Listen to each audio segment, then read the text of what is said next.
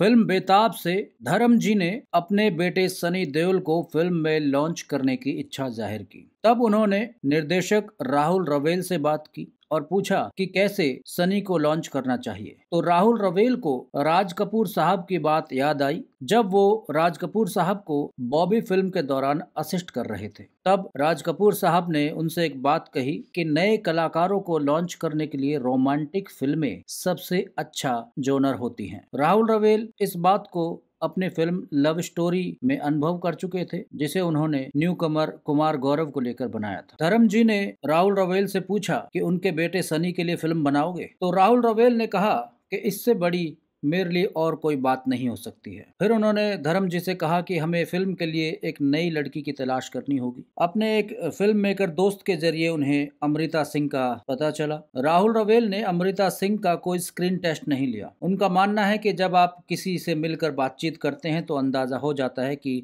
किरदार के लिए वह सही है या नहीं। उन दिनों ज्यादातर फिल्मों की शूटिंग कश्मीर में ही होती थी। राहुल रवेल लव स्टोरी की काफी शूटिंग कश्मीर में कर चुके थे। बेताब भी एक लव स्टोरी थी, इसलिए पहाड़ नदियों वाला एक माहौल भी चाहिए था। आज जिस जगह को बेताब वैली के नाम से जाना जाता है, उसका नाम इस फिल्म के शीर्षक की वजह से ही पड़ा है। पहलगांव की तरफ से जो रास्ता चंदनवाड़ी की तरफ जाता है, वहाँ पर जो पहाड़ चढ़ते हैं, उससे बिल्कुल नीचे की तरफ ये जगह है। ऊपर से नीचे देखने पर वह जगह बहुत खूबसूरत लगती है, लेकिन वहाँ पर उतरकर पहुँचने के लिए कोई रास्ता नहीं था। वहाँ से एक नदी गुजरती है जिस पर एक छोटा सा लकड़ी का ब्रिज बना हुआ था। उस ब्रिज के दूसरी पार राहुल रवेल साहब ने लव स्टोरी फिल्म की शूटिंग की थी, इसलिए वो जगह उनको अच्छी तरह से याद थी। उस ब्रिज से बेताब वैली तक जंगलों से चलते हुए जाना होता था। जब वहाँ राहुल रवेल अपने टीम के साथ पहुंचे तो उन्होंने देखा कि यार ये तो एकदम स्वर्ग जैसी जगह है। दूसरी चुनौती उस जगह पर थी सेट लगाने की। वहाँ पर सनी देओल के किरदार का